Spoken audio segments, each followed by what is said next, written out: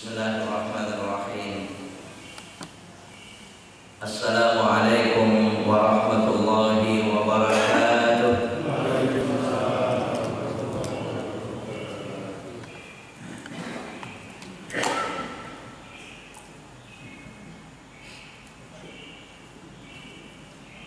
Bismillahirrahmanirrahim. Alhamdulillahirabbil alamin.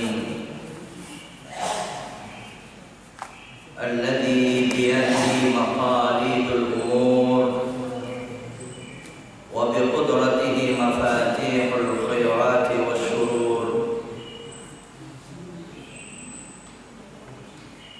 Walladzi mukhriju awliya'ahu minadh dhulumati ilan nur. Wassalatu wassalamu ala habibina wa nabiyyina Muhammadin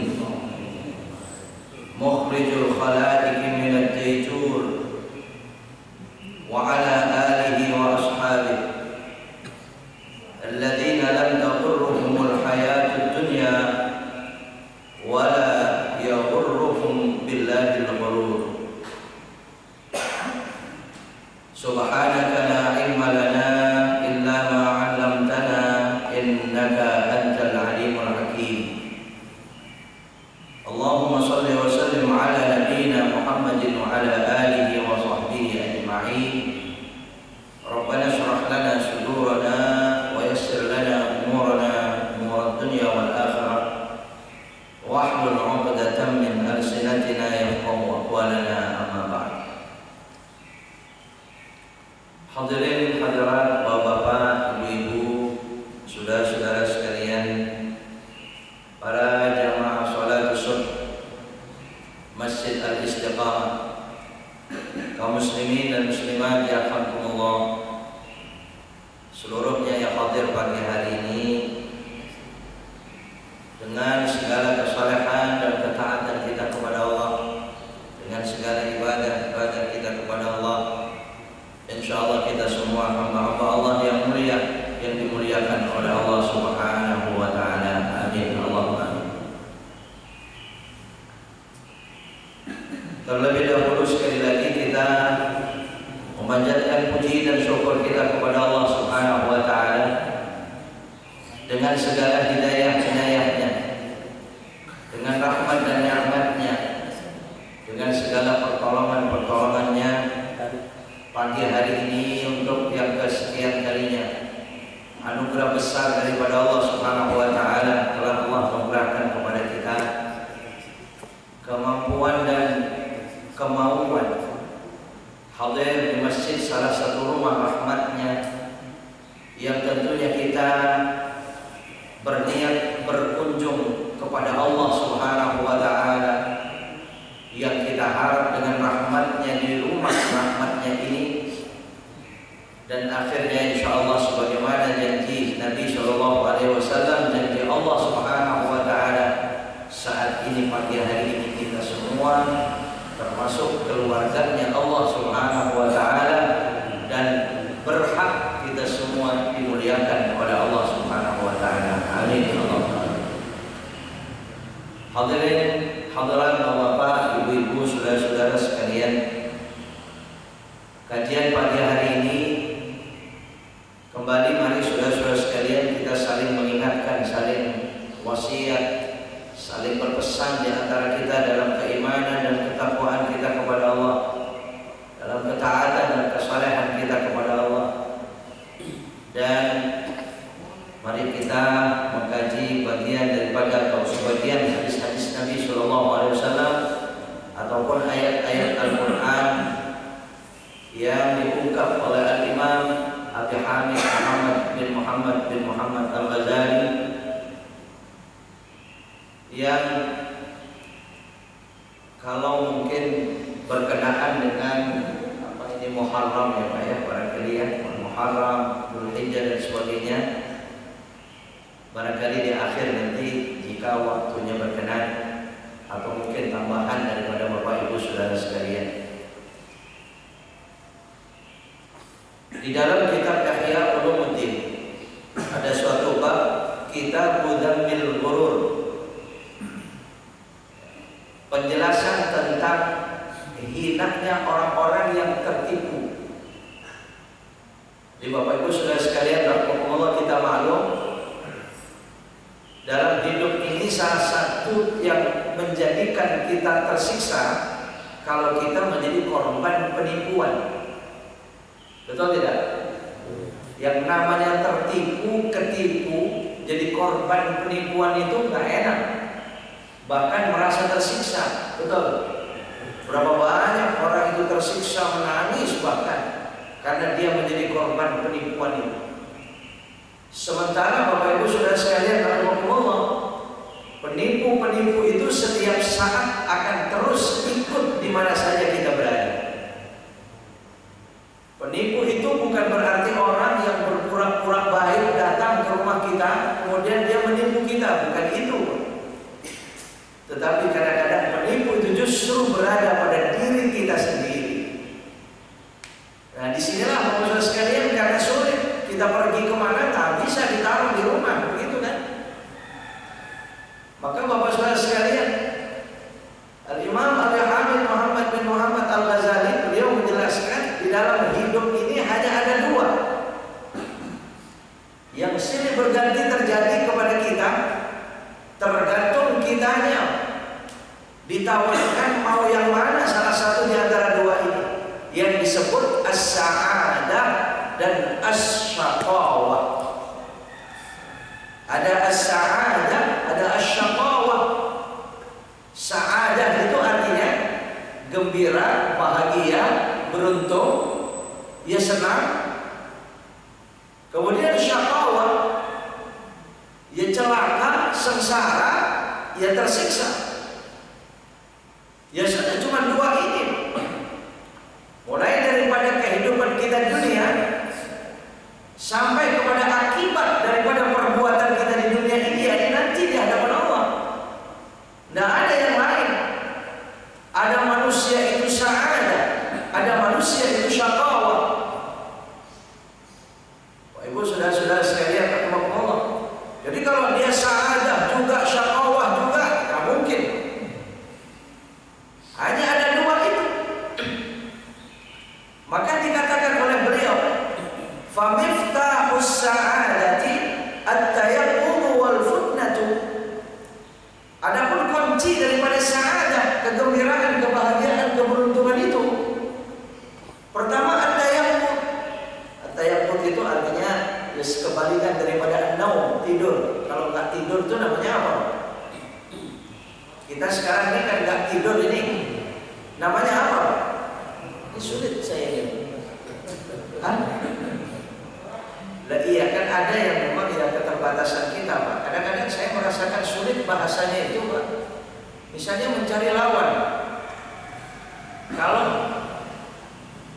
ke dalam itu kan masuk, ya. Kalau maju ke depan, mundur ke belakang, naik ke atas, turun ke bawah, masuk ke dalam. Kalau keluar kemana, Pak? Metu. Ya betul itu, betul. Bentuknya ini endi gitu loh. Ya, jadi bingung bahasanya kan. Masuk ke dalam. Dan kalau keluar kemana, Pak? Jawabannya keluar, ya keluar begitu kan. Iya.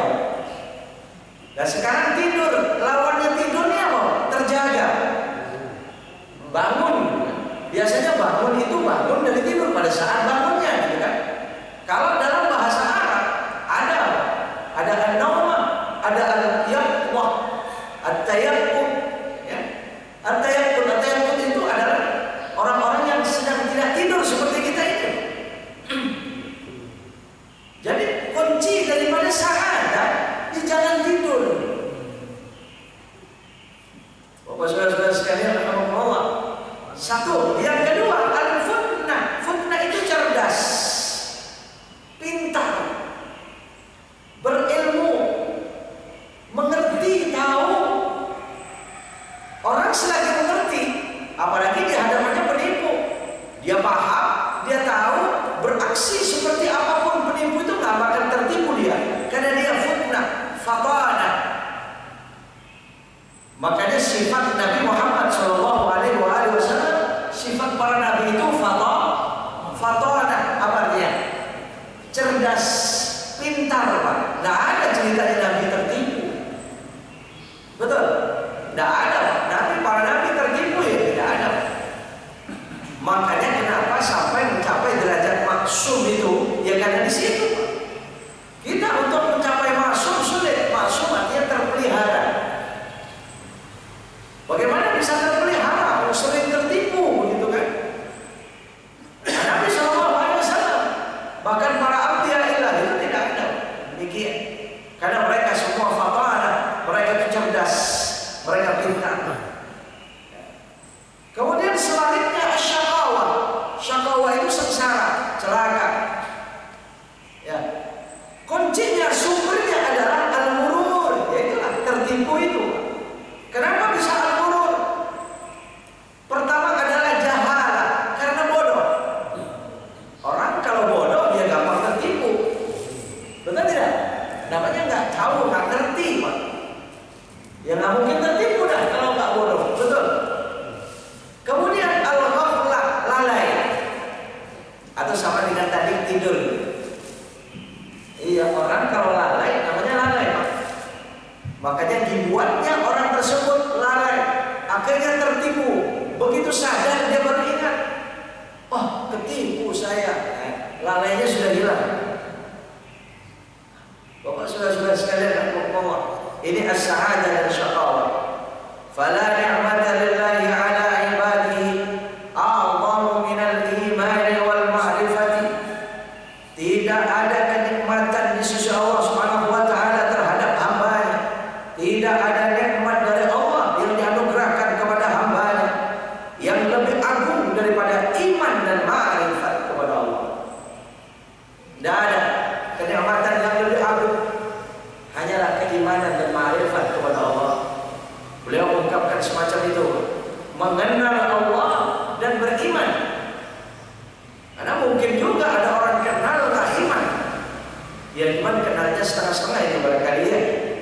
Nggak tuntas, Pak, tidak tinggi. Kalau kita tidak, karena kita mengerti, kita tahu, kita mengenal, maka akhirnya kita percaya, kita beriman. Itulah anugerah Allah yang sangat agung.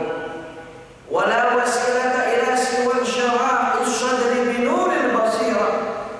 Tidak ada perantara yang bisa sampai kepada kenikmatan yang sangat agung itu. Tidak akan pernah bisa sampai kepada sa'adah tadi selain daripada lapangnya dada, terbukanya dada kita, yakni hati tentunya, binuril basirah, dengan pandangan yang sangat jauh, berupa pandangan iman kepada Allah Subhanahu wa taala. Maka Bapak saudara-saudara sekalian, kalau sudah pandangan iman, mesti orang-orang yang semacam itu mengkaitkan semua apa yang bergerak dari dia, semua harakahnya, semua gerakannya, semua aktivitasnya, rencana-rencananya, keinginan-keinginannya selalu saja dikaitkan dengan Allah Subhanahu wa taala. Sehingga disinilah orang-orang yang nurul basirah, orang-orang yang imannya bagus, mereka akan lebih banyak waktunya itu bersambung dengan Allah Subhanahu wa taala. Sementara Bapak saudara-saudara sekalian, ini perintah dari Nabi SAW. Ketika Nabi bersabda, "Badaru bil a'mali shalihah." Bersegeralah dan terus-menerus lakukan amal saleh. Beramallah sebanyak-banyaknya. Badaru bil a'mali shalihah. Qabla an tushmiru, sebelum kalian sibuk. Wasilu alladhi bainakum wa baina rabbikum bi kathrati dzikri lahu. Kama qala Rasulullah sallallahu alaihi wasallam. Dan sambungkan waktumu, sambungkan antara engkau dengan Tuhanmu Allah Subhanahu wa taala dengan banyak mengingatnya. Wasilu, saya tidak baca wasallu di sini tapi wasilu. Sil artinya sambungkan. Jadi Bapak Saudara sekalian, kalau kita lihat semacam ini, umur kita ini yang akan menjadikan perhatian Allah, yang akan ada dan abadi di hadapan Allah, yang sambung, yang bersambung. Nah sekarang kalau begitu pertanyaannya, 24 jam ini sambungnya apa putusnya? Allahumma ya karim. Allah ya. Iya coba. Ya, kalau kita kaji semacam ini, subhanallah, kita ini seberapa umur kita? 24 jam yang sambung dengan Allah Subhanahu wa Ta'ala. Makanya beruntung masih diwajibkan sholat 5 waktu sehari semalam. Kalau tidak, ini kira-kira bagaimana sehari semalam kita? Itu dengan sholat sekalipun ya, dengan ilmu kita, dengan kepandaian kita, dengan kepintaran kita, dengan ilmu, dengan kesalehan kita, insya Allah nantinya akan bernilai lebih banyak sambungnya daripada putusnya. Kenapa demikian? Karena kita berilmu, kita paham Pak. Aktivitas kita itu bukan berarti kan harus tasbihan terus, bukan berarti harus sholat, baca Quran terus, kan tidak. Tetapi aktivitas kita itu mencari rezeki, berangkat pagi pulang sore itu Pak, dengan niat yang baik, dengan tujuan ibadah, betul? Menggugurkan kewajiban yang diwajibkan oleh Allah. Oh, sepertinya sepintas bukan ibadah, tetapi nilainya menjadi ibadah. Akhirnya bersambung terus dengan Allah Subhanahu wa Ta'ala. Insya Allah. Kalau tidak, Bapak Saudara sekalian, coba bayangkan, ini sholat saja. Kita perhatikan sholat. Sholat itu dikatakan innama yataqabbalullahu min sholatin ma uqala minha. Sering kita mendapatkan hadis ini kajiannya Pak. Sesungguhnya salat itu akan diterima oleh Allah. Allah menerima salat adalah salat yang sadar. Saya pernah menyampaikan waktu itu ya. Salat yang ma'uqal, yang masuk akal, yang sadar salat. Sekarang pertanyaannya, dari takbir sampai salam, banyakkan sadarnya atau tidak? Nah, ini Pak. Di dalam salat saja, apalagi di luar salatnya. Muncul saja pikiran yang merusak, yang memutuskan sadaran kita terhadap sholat. Betul? Sholat itu. Nah, sedangkan kami sudah bersama semacam itu. Ma'uqala minha, yang sadar darinya, Pak. Rukuknya sadar. Ya, rukuknya bukan berarti tidak sah sholatnya. Jangan salah paham ya. Jangan salah menerima kepahamannya di sini, Pak. Jadi kalau sholat kita ada tidak sadarnya, batal dong, bukan begitu Pak. Dan dari takbir sampai salam, asal syarat rukunnya itu sempurna, sah. Tapi belum tentu berpahala. Nah iya coba, soal sah, sholatnya sah. Jadi kita akan mendapatkan pahala bukan dari pekerjaan sholatnya, bukan afalnya, bukan akwalnya, bukan bacaan-bacaannya, tetapi perbuatan sholatnya sah. Akhirnya gugurlah kewajiban kita. Lalu dapat pahala apa? Kita melakukan wajib mendapatkan pahala, meninggalkan wajib mendapat dosa. Bukan semata-mata dari bacaan kita Allahu Akbar kabira, walhamdulillahi katsira, wa subhanallahi bukratan wa asila. Ketika rukuk Allahu Akbar, ngapain itu? Menjongkok dan membongkokkan badan kita, punggung kita itu untuk apa? Kepada siapa itu? Sami Allahu liman hamidah, mengangkat kedua tangannya untuk siapa itu? Sambil mengucapkan Sami Allahu liman hamidah. Turun barangkali di atas air matanya, mau meletakkan kepalanya di atas tempat sujudnya untuk siapa? Saudara-saudara sekalian, Allahu Akbar sambil memujinya. Subhana rabbiyal a'la wa bihamdi. Makanya begitu nikmatnya ketika kita sujud agak lama ya. Makmum seperti tadi Imam masyaallah. Jazakallah taqabbalallah. Iya, nikmat sekali Pak. Di sini Pak, tapi sementara kadang-kadang coba ya soal sahnya sholat itu sah Pak. Sholat itu kalau hanya ngambil sahnya cepat banget itu sholat. Allahu Akbar. Langsung Fatihah. Rukuk. Subhanallah. Sami Allah liman hamidah. Rabbana lakal hamd. Allahu Akbar. Subhanallah. Allahu Akbar. Rabbighfirli. Allahu Akbar. Kan cukup itu tumakninah biqadri subhanallah. Dengan ukuran subhanallah Pak. Tapi cepat seperti apa itu? Ya saya kurang tahu Pak. Kadang-kadang kalau sudah begini ini suka ada yang mengatakan, saya beda Pak Ustaz, begitu kadang-kadang. Saya kalau lambat justru ngacok sholat saya. Ada yang begitu kan? Ada. Kalau lambat sholat saya ngacok. Wah saya bismillahirrahmanirrahim. Wah kemana-mana pikiran saya. saya kurang tahu, asal jujur ya silakan saja kalau memang begitu. Tapi kalau saya sholatnya cepat Ustaz, bisa khusyuk saya. Bagaimana Bu? Hati-hati jujur apa tidak ini ya. Jangan-jangan supaya didukung kemauannya kan. Iya. Kadang ada yang semacam itu, tapi kok cepat ya. Saya pernah makmum suatu saat di daerah puncak itu. Saya mampir di pinggir jalan di suatu masjid. Karena sudah lambat daripada awal sholat itu, saya makmum pada seorang yang orang ini bukan orang Indonesia, orang Arab dari Saudi. Ya kan banyak di sana itu ya, tamu-tamu dari Saudi itu sholat, wow cepat sekali, nggak kena, saya nggak kena. Ya sudah, terjadilah ngobrol sesudahnya, tanya jawab sesudahnya, saya tanya semuanya. Ya itu saya pernah merasakan semacam itu ya. Ya bukan dari orang-orang Arab saja yang semacam itu, orang kita juga ada kan begitu.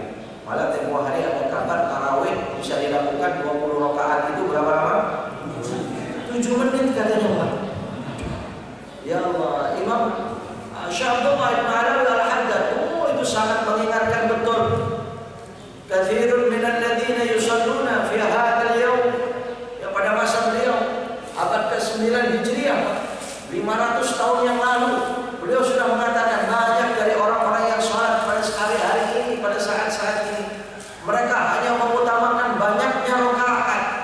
Sholatnya hanya ingin banyak rakaatnya, tetapi tidak diperhatikan syarat dan rukunnya, tidak diperhatikan tumakninahnya, tidak diperhatikan betulnya bacaannya, tidak diperhatikan indahnya bacaan ketika dia membacanya. Beliau kritik semacam itu tidak benar. Itu termasuk bagian daripada orang-orang yang menyia-nyiakan sholat. Yastahzi'una bi sholatihim. Mereka itu istihza, mereka itu menghina sholatnya. Tuh, coba bayangkan Pak. Iya. Jadi bukan baik dengan sholat yang semacam itu. Baik Bapak Saudara sekalian, kembali lagi ini kepada contoh kepada sholat. Kenapa? Waktu kita lebih banyak sambungnya atau putusnya dengan Allah Subhanahu wa taala. Ya, tapi kalau orang-orang yang nurul basirah, ya, yang mendapatkan nur basirah Allah Subhanahu wa taala, maka saudara-saudara sekalian, maka dadanya akan luas, akan lega, akan terbuka, sehingga dia akan merasakan nikmatnya iman dan ma'rifat kepada Allah. Wala ni'mata a'zama minal kufri wal ma'siyati, dan tidak ada bencana yang lebih besar daripada kekufuran dan maksiat, kedurhakaan kepada Allah Subhanahu wa taala. Bayangkan bencana besar, nikmatul azimah. Jadi ada nikmat, ada nikmat. Jangan salah mengucapkan ya Pak ya, Ibu, rahimahullah. Kadang-kadang kalau bahasa Indonesia mengucapkan nikmat itu kan bukan nikmat, nikmat, ya kan? Kenikmatan, kenikmatan, bukan kenikmatan. Kalau dalam bahasa Arab itu ada ain, ada qaf. Yang ain itu ni'matun, nikmat. Yang qaf itu nikmatun. Kalau ni'matun ya nikmat, nikmatun pakai qaf, itu bencana. Makanya kalau kita mengatakan semoga kita senantiasa mendapatkan kenikmatan dari Allah. Ini kenikmatan itu pakai apa ini? Kaf apa qaf ini waktunya?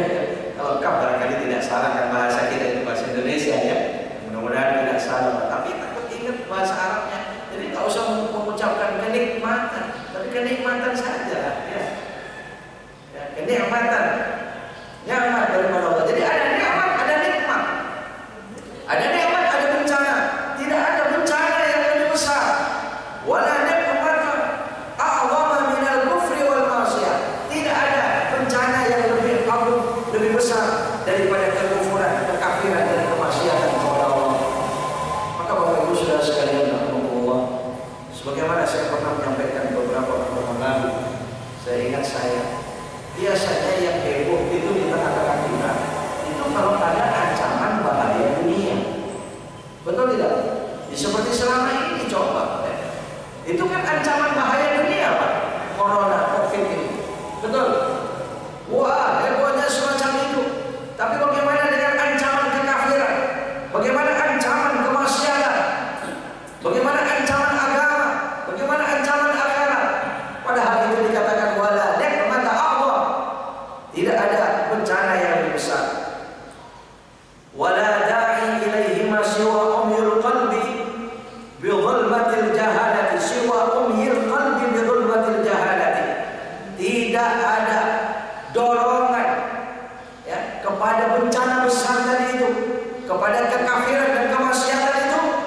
selain daripada butanya hati dan gelapnya hati, yakni kebodohan. Ya, kalau hati itu buta, kalau hati itu bodoh, kalau hati itu gelap, pasti akan terdorong ke sana. Allah, makanya kita mohon kepada Allah Subhanahu wa taala nur cahaya Allah. Sedangkan salah satu nur cahaya Allah itu ilmu. Makanya kita berada di majelis ilmu semacam ini, semua akan tersinari terang benderang hati kita semuanya, insya Allah. Wa fal aqyasu arbabul basair.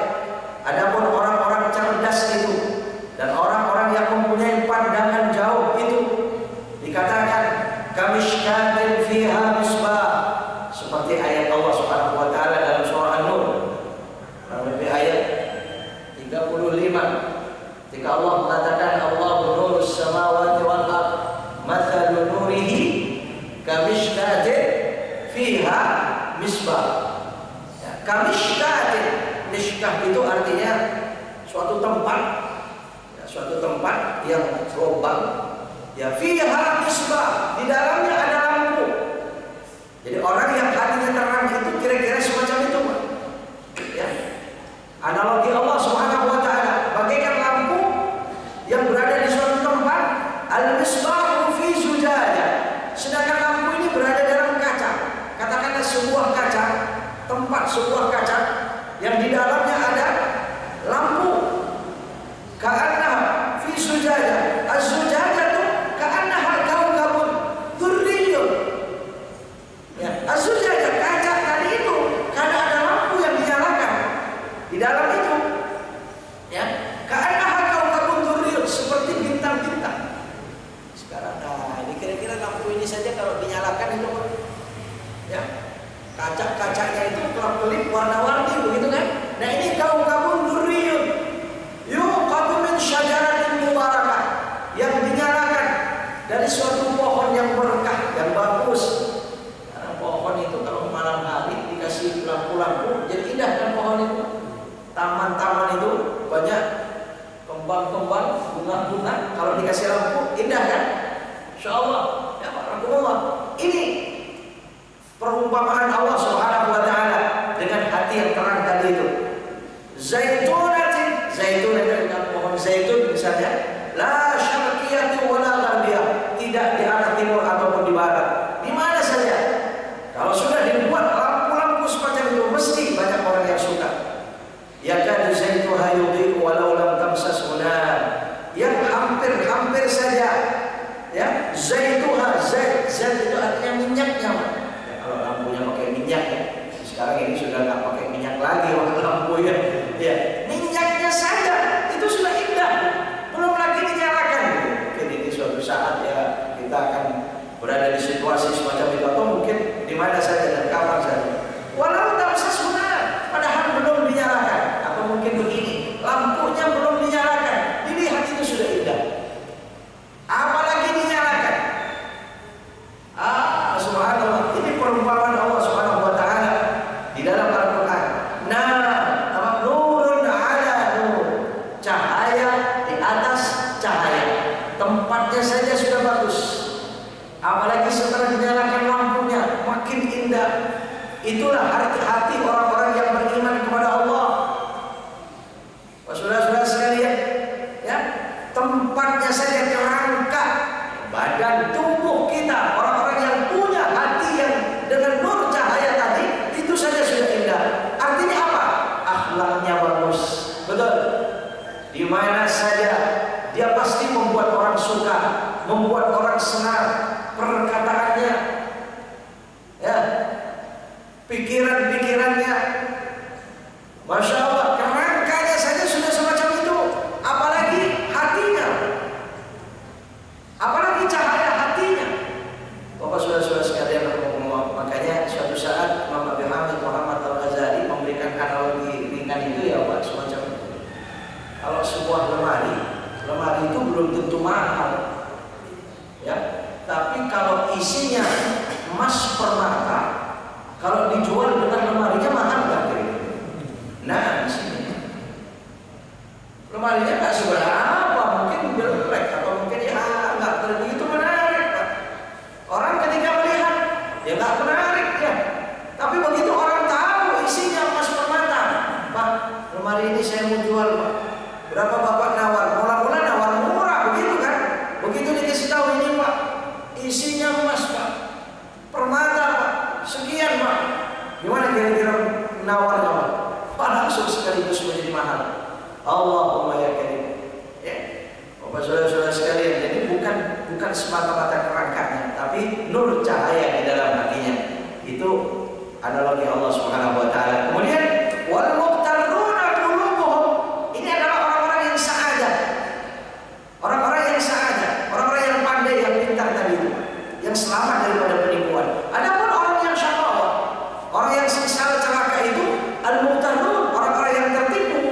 Di dalam Al-Qur'an surah An-Nur pula, dalam ayat yang ke-40-nya, ketika Allah Subhanahu wa taala berfirman, memberikan suatu contoh, kadhulumatin fi bahrin, bagaikan kegelapan di dasar laut, lujjin, yang gelap di atas gelap, yang syahu mawjud, yang ditutup dengan gelombang besar, min fawqihi mawjud, gelombang di atas gelombang,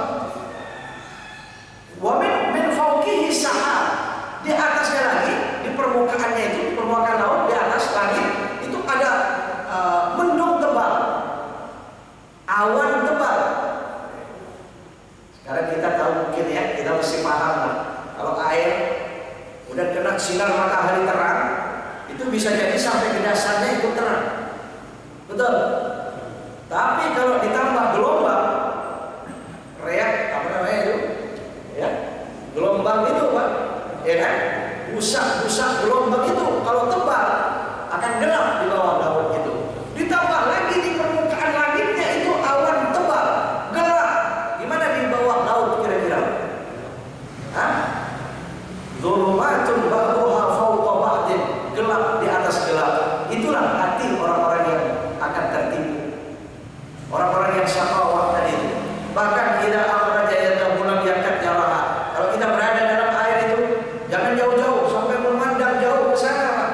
Tangannya saja dilihat di hadapannya. Begitu kira-kira dalam ayat ini. Lam yakad yaraha, hampir saja tidak kelihatan. Enggak kelihatan, tangannya sendiri saja tidak kelihatan. Wa man lam yaj'alillahu lahu nura, dan apabila Allah Subhanahu wa taala tidak lagi memberikan nur cahaya, fama lahu min nur, maka siapa yang bisa mendatangkan cahaya selain daripada Allah Subhanahu wa taala? Bapak Ibu Saudara sekalian, makanya mari tugas kita cari nur ini ada di mana, cahaya ini ada di mana.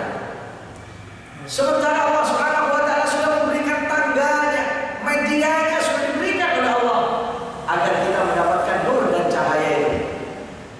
Yaitulah ada di masjid dengan ta'lim, majelis-majelis ilmu, majelis zikir, dan juga dengan media-media ibadah dan sholat serta doa dan ikhtiar kita.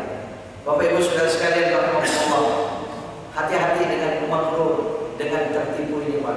Ini banyak ya. Kalau dilihat beliau panjang dalam pembahasan ini Bapak Saudara sekalian, karena memang cara atau mungkin sasaran orang-orang yang akan ditipu itu banyak sekali Pak. Ya, yang dikatakan wal muqtarru min kulli sinfin firaqun katsira. Dari setiap golongan-golongan bagian-bagian daripada yang tertipu itu banyak sekali. Firaqun katsira. Wajhatu ururihim mukhtalifah. Cara-cara menipunya itu beraneka ragam, bermacam-macam. Ya, karena Bapak Saudara sekalian, ya, ada tertipunya orang beriman, ada orang beriman masih tertipu. Ada tertipunya ulama. Ada enggak ulama tertipu? Ada. Ada tertipunya orang kaya. Orang kaya ada enggak yang tertipu? Banyak. Ya, tapi yang dimaksud di bawah saja Habib Muhammad bin Muhammad Al-Ghazali di sini adalah bukan tertipu hartanya, tapi bisa juga melalui hartanya. Sekalipun bukan berarti ada penipu datang sehingga tertipu habis hartanya ratusan juta miliaran, bukan itu. Tapi harta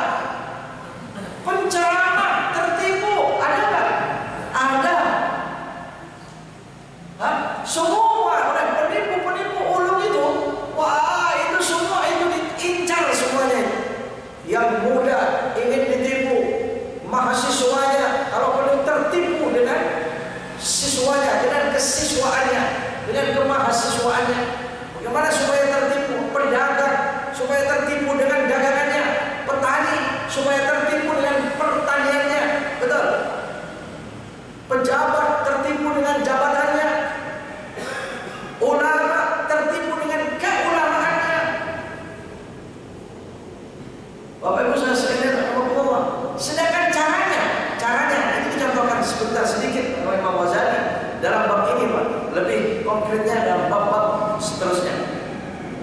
Faminhum, sebagian dari mereka manusia yang tertipu, misalnya man ra'al munkar ma'rufa wa man ra'al ma'rufa munkara. Siapa orang yang memandang mungkar itu ma'ruf. Ma'ruf bukan nama orang ya Pak. Nah, nanti kalau sudah disebut ma'ruf nanti dikira nama orang bukan ya Pak. Man ra'al munkar ma'rufa, mungkin dirubah dari salihah, gitu kan ya. Ma'ruf di sini maksudnya saleh, ya. Ya siapa orang yang memandang mungkar itu saleh, tertipu Pak. Sebenarnya perbuatan mungkar. Kenapa? Tidak ada di dalam agama. Ini kalau sudah tadi kemarin saya mengisi itu banyak mau dalam suatu majelis taklim itu banyak pertanyaan. Di bulan Syura ini, di bulan Syura ya, bulan Syura, bulan Muharram itu ada hari Asyura nanti besok akan datang, ya Sabtu ini Sabtu depan itu Asyura tanggal 10 Muharram. Nah itu banyak orang-orang tertipu biasa di sana. Nah, iya ada berendam semalaman. Saya dengar itu ada berendam semalaman katanya, semalaman, kepalanya jaga direndam. Ya, kalau di kepalanya dia kerendam terus. Iya. Kerendam begitu subuh bangun dari tempat kerendamannya itu dia sudah yakin sudah menjadi orang-orang yang punya kenikjayaan. Akhirnya dibuktikan nanti dipukul pakai golok tak mempan. Ini jangan-jangan mungkar dulu. Orang yang melihat mungkar itu saleh. Ya, itu kan ya. Nah ada orang mau melaut. Ini barangkali siapa ini orang-orang nelayan barangkali ya. Pada nelayan itu mau melaut, gelombang besar, potongin kepala kerbau, kepalanya dilempar di laut. Man ra'al munkar salihah, orang melihat hal munkar ternyata dilihatnya baik, inilah dia lakukan padahal munkar. Betul tidak? Ini tertipu, ini bagian daripada orang-orang yang tertipu. Banyak sekali man ra'al munkar salihah. Ada bangun rumah di pojokannya itu ditanamin kepala ayam. Wah, begitu ya. Iya, ini apa ini Pak? Ya, iya kalau sebatas adat mungkin melakukan adat. Itu ada lagi surah itu yang agak aneh. Saya sudah betul-betul aneh. Itu kapan itu yang katanya ada kerbau kebo itu di hari tanggal 10 Asyura, hari Syura itu dikasih makan yang kenyang dari malam, kemudian diarak sepanjang jalan dari sekian banyak orang, kemudian ditunggu sampai dia mengeluarkan kotoran. Nah, begitu dia mengeluarkan kotoran, ya direbut. Katanya berkah. Ini bagaimana ya Allah? Ya Allah. Ya kalau di luar Islam Pak, kalau pelakunya di luar Islam, bukan orang Islam, kita tidak bicara. Betul tidak? Kita tidak bicara. Ya, silakan saja keyakinan masing-masing, betul. Tapi kalau ini dilakukan orang Islam, saya ngeri lagi nanti ini dikiranya ajaran di dalam Islam. Wah, kalau ini dimasukkan bagian daripada Islam, itulah yang asli bid'ah, dhalalah, dosa haram di neraka. Iya, kan ada katanya yang semacam itu ya. Ada yang di malam itu jam 12 pertengahan malam katanya, malam Syura, kerisnya dimandiin.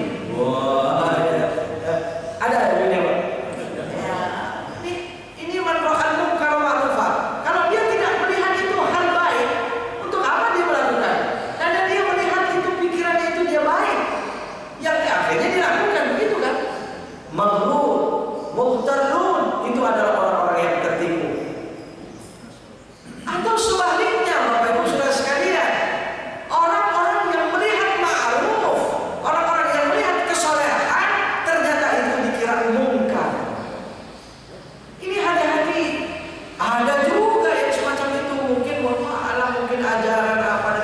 suaminya itu, Pak, jangan melakukan itu, jangan itu.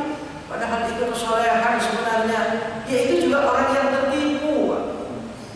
Haram, dosa, jangan melakukan itu. Wah, Masya Allah, dihukumi haram pula, dihukumi berdosa juga. Nah sekarang kalau sampai menghukumi haram, Pak, bagaimana haram halalan? Perkara halal diharamkan, murtad. Na'udzubillahi min dzalik. Kemudian di sini dicontohkan lagi, kalladzi yattakhidul masjida wa yuzakhiruha min al-malil haram. Ya. Seperti orang-orang yang membangun masjid. Nah, ini kita sedang bangun masjid ini ya. Insyaallah ini sudah mulai makin indah, Pak, dan terus makin indah ya, Pak. Terus makin diperindah masjid ini. Ya, wa yuzakhiruha zahrafa yuzahrifu wa yuzahrifuha, dan dia memperindah masjid. Az-zukhruf itu artinya keindahan-keindahan. Gemerlap masjid, bikin masjidnya itu gemerlap luar biasa, indah. Tapi minal malil haram, dari rezeki haram, dari harta haram. Bangun masjid besar dari harta haram, tertipu. Ketipu, Pak, dikiranya itu benar, dikiranya berpahala. Ya sebenarnya bukan masjid saja, semua ibadah. Berangkat haji, wow, plus. Wah, ada yang tanggung berangkat hajinya, Pak. Serba bintang 5 nih. Kalau perlu bintang 7. Kalau bintang 7 ya puyeng, Pak. Iya, Pak. Iya, berangkat tanggung berangkat haji, tapi minal malil haram, tertipu, Pak, kalau dari harta yang haram. Ketika labbaik Allahumma labbaik, kalau hartanya halal yang dibawa, dijawab oleh Allah, labbaik wa sa'daik, hajjuka rizquka halal, hajjuka mabrur, ghairu ma'zur. Itu jawaban Allah. Ketika kita datang di sana, ya Allah, aku datang memenuhi panggilanmu, ya Allah, aku datang memenuhi panggilanmu, ya Allah. Jawab oleh Allah, ya, aku sambut kedatanganmu. Rezekimu halal, hajimu mabrur, hajimu mabrur. Tapi kalau bawa harta haram, ketika labbaik Allahumma labbaik, dijawab oleh Allah, la labbaik wa la sa'daik, aku tidak menyambut kedatanganmu. Engkau tidak akan gembira dengan kedatanganmu itu. Allah, bayangkan, la labbaik wa la sa'daik. Ya, rizquka haram wa hajjuka ma'zur, bukan ghairu maqbul. Itu dijawab oleh Allah SWT. Rezekimu yang kau bawa itu haram, maka hajimu ma'zur. Ma'zur itu dosa. Allah, bayangkan, ya, capeknya seperti apa, malah mendapat dosa. Nah, ini, Pak. Jadi kalau dengan harta halal, tertipu orang yang beribadah semacam itu. Mau korbannya, mau sedekahnya, mau bangun masjidnya, mau apa saja, kalau dari harta haram. Wa minhum, ada sebagian mereka, man lam yumayyiz baina ma yas'a. Ini waktunya, Pak, sudah lupa. Allah, sampai titik. Wa man lam yumayyiz baina ma yas'a fihi li nafsihi wa baina ma yas'a fihi lillahi ta'ala. Ada orang yang tertipu. Apa yang dia lakukan itu sebenarnya untuk Allah, tapi dia lakukan untuk selain Allah. Ini termasuk tertipu, Pak. Kita berbuat sesuatu, orang beriman kepada Allah, mestinya untuk Allah. Kenapa dia melakukan sesuatu untuk selain Allah? Allah mengatakan, hei hambaku, kau mengaku cinta kepadaku, tapi kau berbuat selain aku. Kenapa kau lakukan itu? Begitu kan? Bapak Ibu Saudara sekalian, sama kita saja kalau kita lakukan semacam itu membuat cemburu. Betul tidak?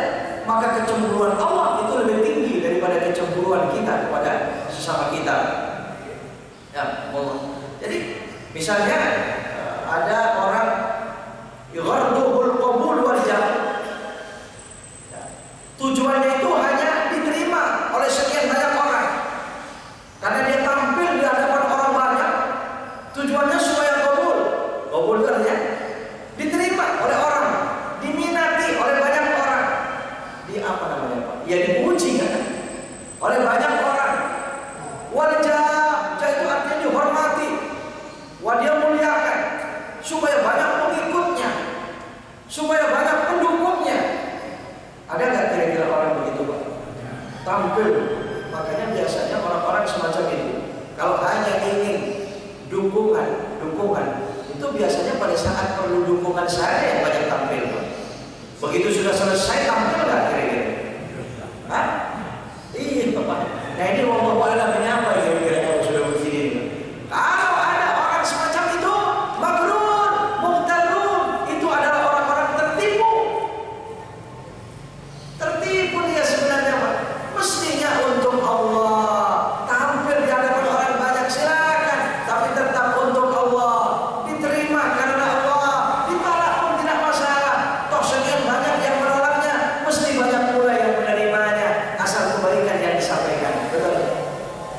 Pada Allah, karena Allah. Ini membuat Allah cemburu, orang-orang tertipu. Wa minhum, sebagian dari mereka, man yatrukul aham wa yashtaghilu bi ghairihi. Ada orang yang dipilih itu yang tidak penting, sibuknya dengan yang tidak penting, sementara pada saat yang bersamaan ada yang lebih penting. Ada nggak kadang-kadang begitu, Pak? Hah? Allahu Akbar, Allahu Akbar, HP masih terus, YouTube-nya belum selesai, pindah ke Facebook-nya. Lah ini ada aham ditinggal, yang lebih penting itu ditinggal. Yashtaghilu billahi, sibuk dengan yang lain. Allah, jadi kalau begitu setiap saat hidup kita ini banyak ketipunya. Hah? Ya, wallahu a'lam. Mudah-mudahan Allah lindungi kita semuanya, insyaallah aman kita semuanya. Amin ya Allah.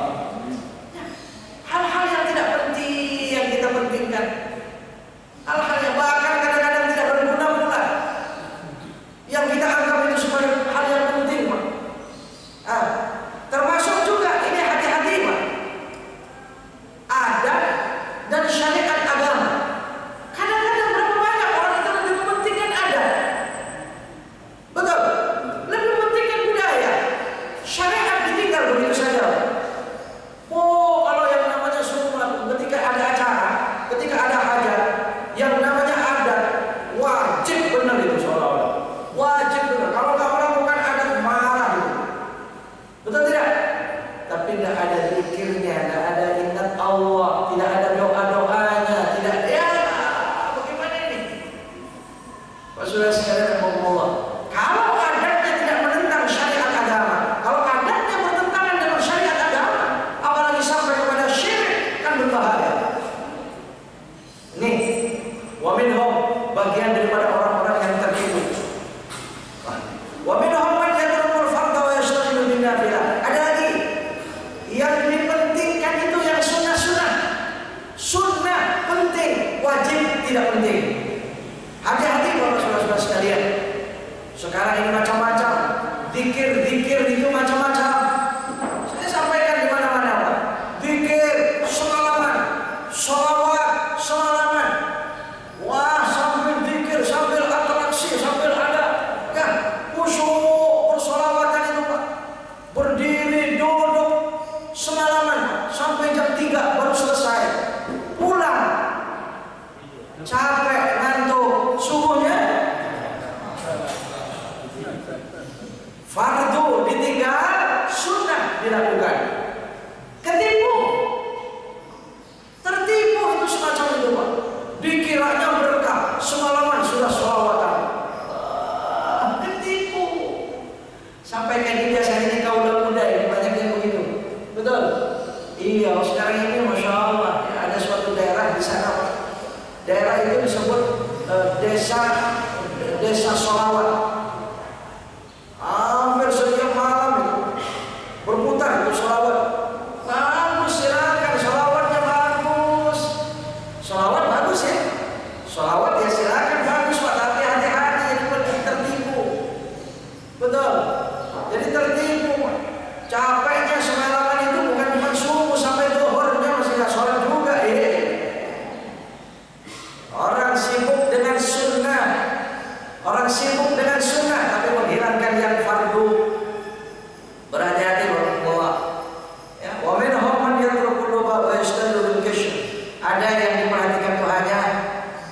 kulitnya, begitu bahasa beliau. Tapi meninggalkan isinya, bijinya, isinya, kulitnya diperhatikan, bungkusannya diperhatikan, isinya kurang diperhatikan. Ini hati-hati. Sekarang ini zaman demonstrasi, apa saja didemonstrasikan, betul. Di dalamnya kebohongan, betul Pak. Nah ini hati-hati, ini bentuk tertipu semacam itu. Wah, namanya dikemas dengan bungkusan yang semacam itu, tertariklah kita. Ternyata isinya, ya lihat Pak, kadang-kadang dikemasnya itu ya bukan cuma benda barang saja Pak, acara itu dikemas dengan sedemikian rupa, tertarik ternyata. Nah, di dalamnya ada penyelewengan dan sebagainya ya. Ini berarti ada bentuk penipuan ini. Baik Bapak Saudara sekalian, ini kepanjang ya, insyaallah ya, mohon maaf. Ya mungkin cukup sekian Pak ya. Ya Allah ya. Ini bab dzamil gurur ya. Jadi hinanya tertipu itu semacam itu. Baik Bapak, mohon maaf saya cukupkan sekian dan ya informasi sedikit barangkali karena saya sebulan sekali ya, tapi mungkin sudah banyak ingat, hanya mengingatkan saja di bulan Muharram ini yang ada perintah khusus, hadisnya sangat sahih, adalah puasa 10 Muharram, yakni Asyura. Jadi kita niatkan dari sekarang, mudah-mudahan sehat afiat, karena itu memang muakkad sekali dilakukan oleh Nabi, dan bahkan Nabi SAW menganjurkan in ashtu al-adi la asuman dan tasu'a. Kalau saya hidup akan datang, saya akan puasa dari tanggal 9. Dan alasan Nabi SAW, alasannya juga, ini kan sejarahnya Nabi sampai ke Madinah melihat orang Yahudi puasa itu ya. Akhirnya Nabi mengatakan, saya lebih berhak daripada orang-orang Yahudi, kami umat Muhammad lebih berhak daripada orang Yahudi. Lalu Nabi bersabda, khalafu al-yahud, berselisihlah dengan orang-orang Yahudi. Akhirnya orang Yahudi puasa di tanggal 10, kita dari tanggal 9. Lalu kalau kembali kepada satu hadis yang umum di 4 bulan Qur'an, Pak, Dzulqa'dah, Dzulhijjah, Muharram dan Rajab, itu ada hadis umum di 4 bulan ini. Man shoma salasata ayyamin min syahril haram, yaumul khamis was-sabti was-sabt, kutibat ibadatu tis'i mi'ati sanah. Hadis Anas bin Malik. Saudara sekalian, siapa orang yang puasa 3 hari, Kamis, Jumat dan Sabtu. Ada hadis yang pakai hari Kamis, Jumat dan Sabtu, ada yang tidak pakai. Yang penting 3 hari. Ya, Kamis, Jumat dan Sabtu di bulan mulia, termasuk bulan Muharram ini. Allah mencatat ibadah 900 tahun. Jadi kalau begitu ya sudah, besok itu Asyuranya di tanggal 10-nya itu ada hari Sabtu, kan? Di hari Sabtu ya. Ya sudah, kita dari Kamis itu bagusnya itu. Kamis, Jumat, Sabtu. Wah, ini mendapatkan 2 hadis tadi itu. Bahkan 3 dengan hadis Nabi yang tanggal Kamis, Jumat, Sabtu 3 harinya dapat. Hari Jumatnya itu Tasu'ah, disabdakan Nabi. Kemudian Asyura pula. Dan di situ adalah kemenangan para nabi. Kita tahu sejarahnya ya. Nabi Yunus keluar dari perut ikan, itu di Asyura. Nabi Adam diterima tobatnya setelah 300 tahun bertasbih mohon ampun kepada Allah, beristighfar mohon ampun kepada Allah, diterimanya di hari Asyura. Kemudian Nabi Musa membelah laut di hari Asyura. Nabi Ibrahim tidak mempan, dibakar, itu di hari Asyura. Nabi Sulaiman terbang di atas angin, itu di hari Asyura. Apalagi sampai kepada terciptanya langit bumi, aras, kursi, bulan, bintang, matahari, itu semua di hari Asyura. Makanya hari Asyura itu terjadi sejak zaman dahulu. Yauma khalaqas samawati wal ardh. Ya, kalau soal sejarah Muharram menjadi awal tahun, itu cuma Sayyidina Umar radhiyallahu anhu itu menetapkannya, tidak mengapa. Ya kita tetap ikuti begitu kan. Yang jelas 1 tahun pasti 12 bulan dalam Al-Qur'an itu saja kan. Ya baik, saudara sekalian, nanti kepanjangan lagi. Silakan kalau ada tambahan bapak-bapak. Alhamdulillahirabbil alamin. Terima kasih banyak kepada Ustaz yang telah menyampaikan banyak sekali kepada kita semua. Semoga kita mendapatkan keberkahan dan juga manfaat dari apa yang telah disampaikan oleh Ustaz. Amin. Baik Bapak Ibu sekalian, selanjutnya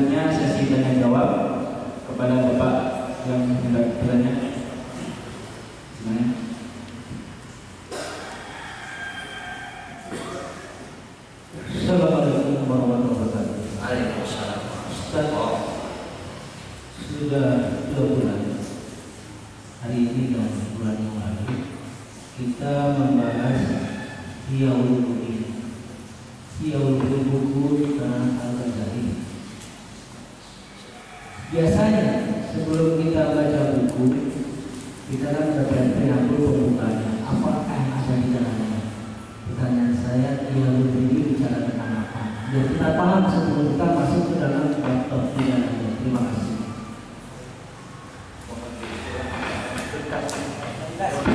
Dia mungkin tak pakai. Ustaz, kalau kita baca buku kan biasanya kita baca kata preambul sebelum masuk ke dalam isi. Nah sekarang kita langsung isi. Pertanyaan saya, Ihya Ulumuddin itu buku tentang apa yang kita isi? Yaumul Yang kita bahas ya. Ihya Ulumuddin yang Ustaz pegang. Kitab ini, Kitab kira-kira Ustaz. tapi ya itu intip bahasanya. ya.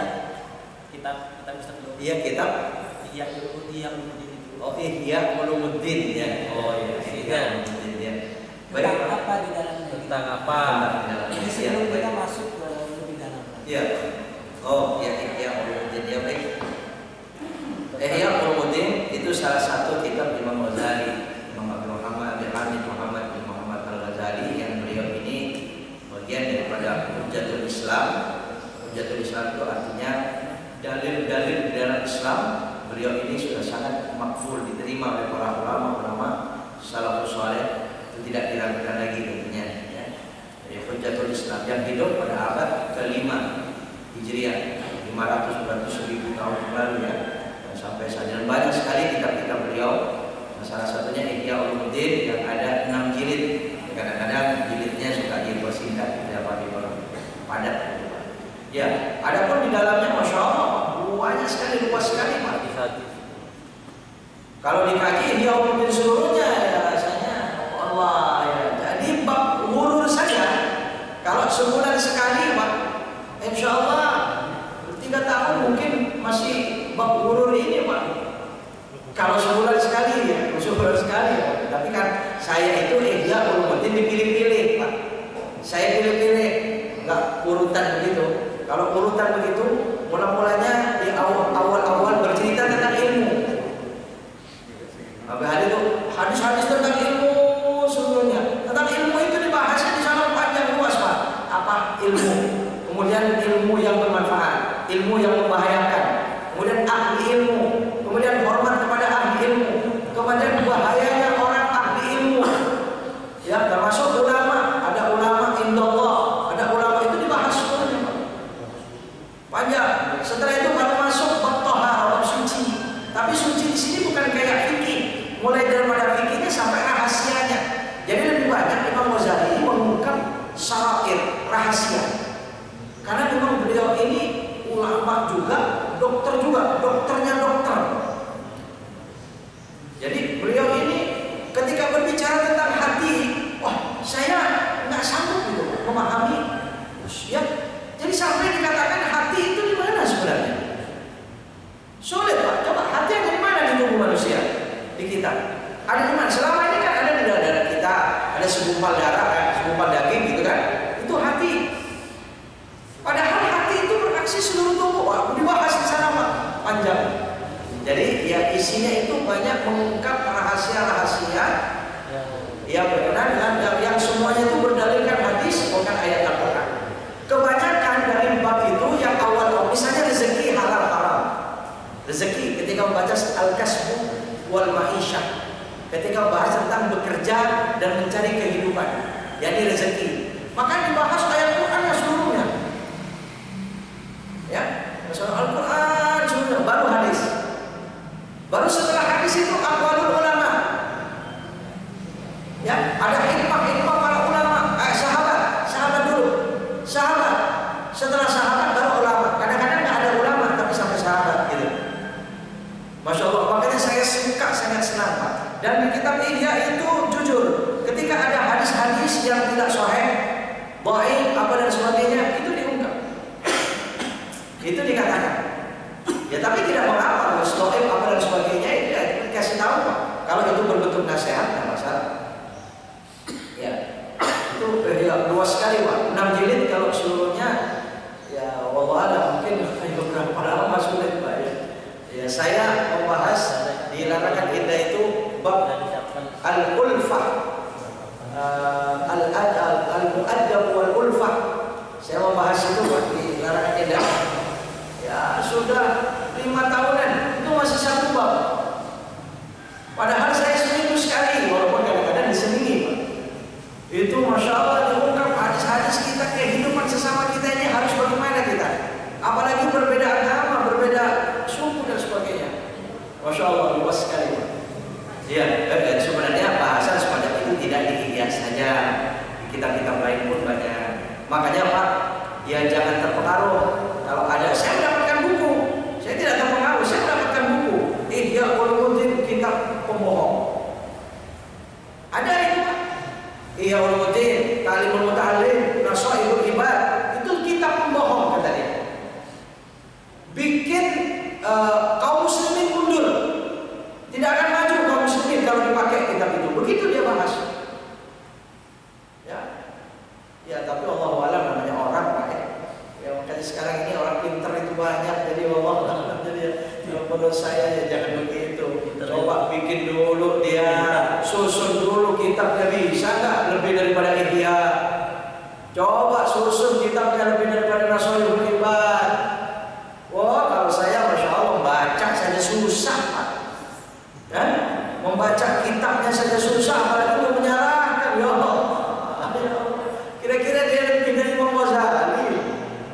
Hah? Apabila dia lebih daripada Ibnu Hajar al-Asqalani? Ya Allah, ya. Jangan terpengaruh dengan pendapat-pendapat begitu. Kita tetap mengangkat, ya jangankan sesama kita saja, selagi masih ada kebaikan yang kita angkat. Kalau di buku itu Pak dikatakan dulu ya almarhum al-Maghfur Arifin Ilham disalahkan di buku itu. Zainuddin Amjad, kenapa? Karena tampil di televisi, tampil dikir, tampil itu Pak. Nah ya Allah, ya, sekarang ini banyak macamnya, ya, jadi kita hati-hati. Insyaallah kita semua orang-orang Muhammad SAW itu ya. Baik Pak. Assalamualaikum warahmatullahi wabarakatuh. Waalaikumsalam warahmatullahi wabarakatuh. Cukup bagus yang disampaikan tadi Bapak mengenai tertipu. Itu tertipu itu di kita itu ada melalui akal, melalui nafsu, melalui hati.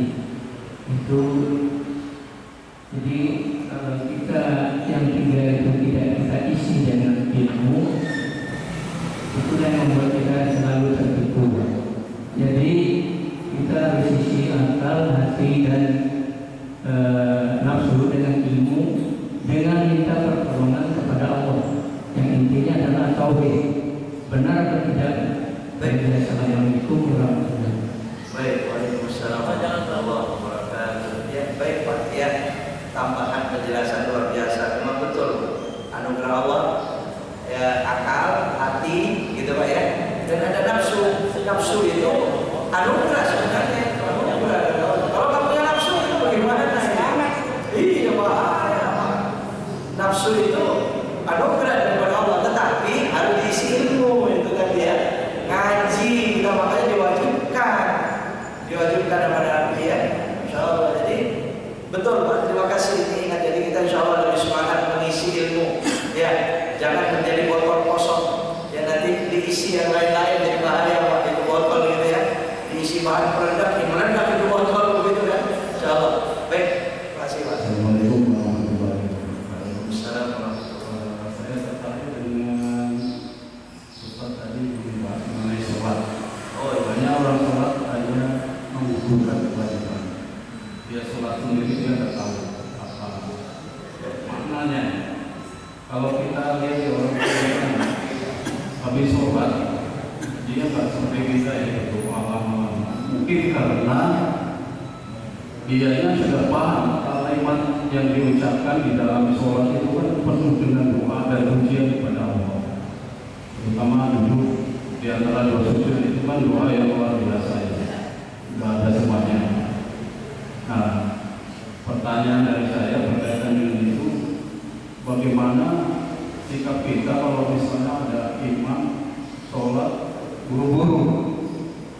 Jadi kita sendiri yang sudah memahami makna kalimat yang kita ucapkan itu jadi tertinggal, itu bagaimana bisa? Baik. Kemudian yang kedua, Oh, mengenai tambahan saja nanti berkaitan dengan secara muharram, memang pahalanya semua perbuatan baik dilipat gandakan oleh Allah SWT. Tapi apabila ada perbuatan jahat yang kita lakukan, itu juga dilipat gandakan usahanya. baik Pak. Ya, kira itu aja. Terima kasih. Assalamualaikum warahmatullahi wabarakatuh. Assalamualaikum warahmatullahi wabarakatuh. Baik Pak.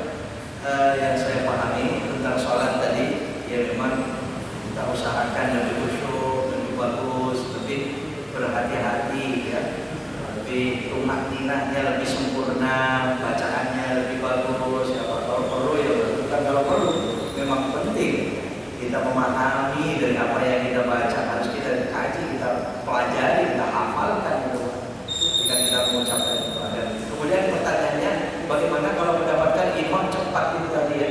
Kita sikap makmum seperti apa? Mungkin begini Pak, kalau cepatnya imam itu masih toleransi, artinya masih sah. Ada yang cepatnya itu kalau seperti yang saya waktu itu, saya mau farokah itu Pak, saya bisa dari imam itu. Wah, terlalu cepatnya, benar-benar cepatnya itu, masya Allah ya. Nah, kan begini, imam ini perbuatannya lebih dulu dari makmum. Jadi dia nyampe duluan Pak.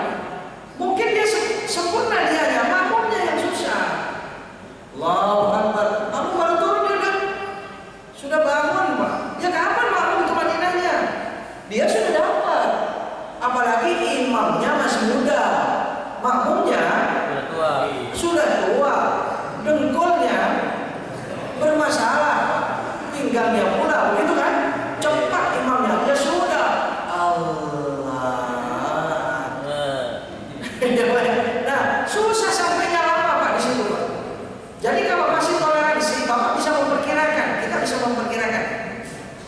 Kalau masih sampai tumakninah kita itu masih kena, ya silakan ikuti Pak. Tapi kalau sudah nggak kena tumakninah kita, ya wajib mufaraqah, misah dari imam Pak. Nah itu sikap kita sebagai makmum. Misah dari imam, terserah ada misah dari imam itu masih mengikuti imam, karena imamnya masih bisa diikuti, cuma ada kesalahan barangkali yang dilakukan itu macam-macam ya. Sebab-sebab mufaraqah itu banyak. Ya, ada yang memang ya sudah sholat sendiri Pak. Kalau karena cepat tadi. Ada yang mufaraqah dari imam itu karena kesalahan imam itu dari bacaan kadang-kadang menyebabkan makmum ini tak bisa dia makmum, tapi gerakan masih cuma dia mufaraqah dari imam itu. Iya, apalagi Fatihahnya yang salah. Iya, ada Fatihah salah, Allah Fatihah masih salah. Ya, misalnya begitu. Nah ini harus mufaraqah. Kalau terlalu cepat imam tadi itu, tapi kalau selagi masih bisa toleransi, dia masih bisa tumakninah kita itu. Ini kadang-kadang yang sering terjadi begini. Kalau seperti imam kita, Ustaz tadi nikmat sekali Pak, pas cukup gitu ya. Ada kadang-kadang di rakaat ketiga dan keempat, ketika bangun dari tahiyat awal, ya bangun tahiyat awal, imam ini biasa baca Fatihahnya agak cepat, makmumnya biasanya agak lambat, sampai ihdinas siratal mustaqim imamnya sudah ruku. Nah ini kadang-kadang Pak, ya sudah karena kita bukan masbuk, memang wajib sempurna itu Al-Fatihah di rakaat ketiga dan keempat, disuruh dikejar bacaan Fatihah kita itu. Kemudian ketika ruku imam sudah bangun, akhirnya rukunya kita cepat-cepat Pak, begitu kan? Nah tapi tetap tumakninahnya harus kena juga, kita jadi subhanallah dengan ukuran subhanallah itu. Allah bermana kita. Kalau kena di i'tidal itu masih bisa meneruskan berjamaah. Tapi kalau sudah kadang sujud, kita rukuk dia bangun, kita bangun dia sudah sujud, nah ini sudah nggak kena. Kalau diteruskan imam sholatnya tidak sah kecuali mufaraqah, bisa diteruskan. Ini memang pendapat Syafi'i ya, wallahu a'lam. Kalau ada makanya imam itu betul-betul harus memperhatikan makmum itu betul Pak. Iya, jadi Fatihahnya agak dapat makmum itu. Nah kemudian ruku sudah tahiyat, biasanya tahiyat awal. Ya itulah sudah tahiyat awalnya singkat, bangun, Fatihahnya cepat, sudah rukunya lambat. Nah ini banyak yang terjadi semacam ini Pak. Gitu ya, sikap kita masih bisa kemudian berkenaan dengan Muharram. Ya. Ya, Baik. ya. Oh, Baik. itu berkenaan dengan ayat Allah di dalam Al-Quran. Minha arba'atun hurum fala tadrimu fihinna anfusakum. Dalam surah Taubah itu Allah berfirman, dari 12 bulan dalam satu tahun ada 4 yang mulia, yaitu Dzulqa'dah, Dzulhijjah, Muharram ini dan Rajab. Maka pesan Allah, fala tadrimu fihinna anfusakum, jangan sampai kalian zalim di bulan-bulan itu. Ini artinya kalau pahala ibadah kesolehan itu berlipat ganda, dosa pun iya, Bapak bilang tadi, Masya Allah, ya, mengingatkan kita. Kalau kita zalim, ya dosanya berlipat ganda juga, Pak. Sama, di mana saja ada pahala itu berlipat ganda, dosa berlipat ganda. Di bulan Ramadan, pahala berlipat ganda, dosa Berlipat ganda. di Masjidil Haram, pahala 100.000 kali lipat, dosa mencuri sekali itu sama dengan 100.000, Pak. Ya Allah, makanya hati-hati di sana. Hasut sekali, wah ya. Ya Allah, ya kesana mulia, tapi begitu ancaman Allah Subhanahu Wa Taala. Baik, mungkin itu Pak ya, cukup lagi. Baik. Sedikit tambahan Bapak Ibu. Jadi setelah kajian ini usai, kami mohon kepada Bapak-Bapak dan Ibu-Ibu agar tidak langsung beranjak pulang. Kami telah menyediakan sarapan untuk kita semua. Terima kasih. Alhamdulillahirabbil alamin. Dengan berakhirnya jawaban dari Ustaz, maka berakhir kajian kita pada pagi hari ini. Mari sama-sama kita tutup kajian kita pada pagi hari ini dengan lafaz hamdalah dan doa kafaratul majlis.